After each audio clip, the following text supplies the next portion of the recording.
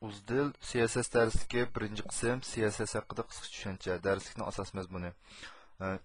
CSS ni o'rganish uchun cho'qim oldi bilan HTML ni tushunishimiz kerak.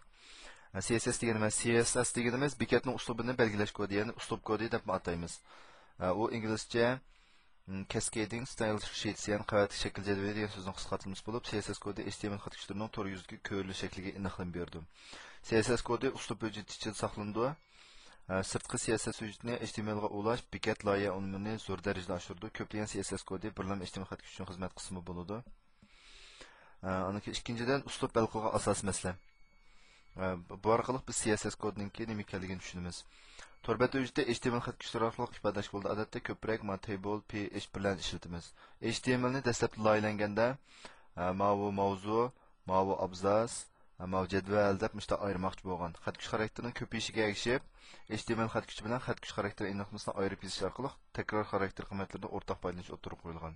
Masalan, ma'lumotning xarakter qiymatlari o'xshash bo'lib qolgan holatda bularga takror ishlatib yurmasdan faqat birini ishlatish bo'ldi demakchi. Buning bilan CSS maydoniga chiqdi hamda torbat loyilashning davr bo'lgi sahnasini ochdi. Bu shu torbat loyilash texnikasidagi nihoyat yuqori saviyali, nihoyat yuqori unumli texnika hisoblanadi. Andan keyin buning bir amaliy misol ko'rib baqsaq,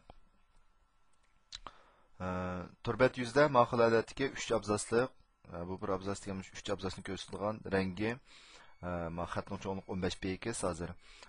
Rangi ko'k rangli holatdagi unumni amalga oshirish uchun biz HTML kod orqali yozmoqchi bo'lsak, mana ma'qulat yozamiz. Buningki xarakter qiymati, ya'ni style degan qismi moya keladi. Cho'qim har bir abzas uchun buningga ayrim xarakter belgilashimiz kerak ma'qulat yozsak.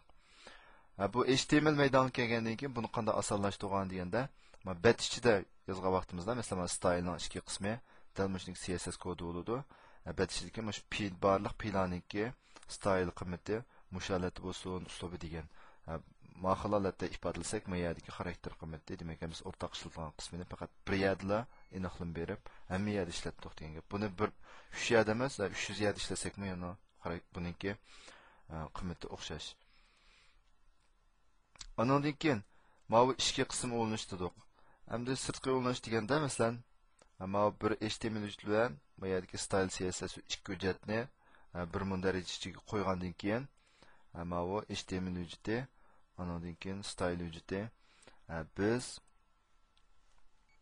mana kod orqali ama style CSS hujjatini HTML hujjatiga singdirib ishlatish aniqlamasini berdik. Andan keyin style CSS hujjatida buningki CSS kodini berdik.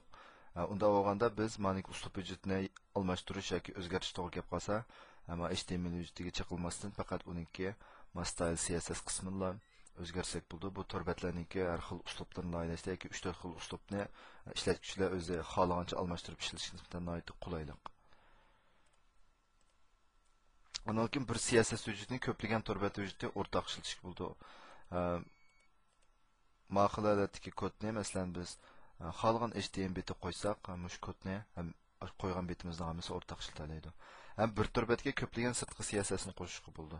Masalan, style CSS ni qo'shdim. Agar yana bir CSS ni qo'shib qolsak, mush kod orqali, masalan, style'dagi CSS ga mavjudotni qo'shish orqali ko'plagan CSS hujjatlarini bir torbatga o'rtaq ishlatalaymiz. Uchinchi bir dona HTML xat kuchi ko'plagan uslub kodda aniqlik berilgan ahvol. Bu qanday ahvol deganda, masalan, hozir men p-ga mayadagi style qiymatini qiymat berdim. Ma orqali buningki ma qismidami qiymat berdim. Andan keyin buningga ma style CSS hujjatini ayirib chiqib, buni ulash orqali buningga qiymat berdim. Shu 3 xil qiymat berishning hammasini bir torbatga yig'inchoqlagan vaqtimizda uningdan sirtdan ama tor ko'rgichningki o'xshamagan CSS belgilangan qiymat bo'ldi. Mushu 4 xil ahvol uchirgan vaqtda undaqda bu mushu kodningki qaysini ijro qildi deganda, ma tartib bo'yicha ijro qildi. Eng oxirgisini, eng oxirida ijro qilgan bo'lg'ashqa, ma 4ningki darajasi eng yuqori bo'ldi. Ya'ni mushu bevosita mushu xarakter qiymatida mana aniqlanmagan qiymat qanday bo'lsa, nisbatan shu qiymatni eng oxir yurgizib shu qiymatni ijro qildi demakchi.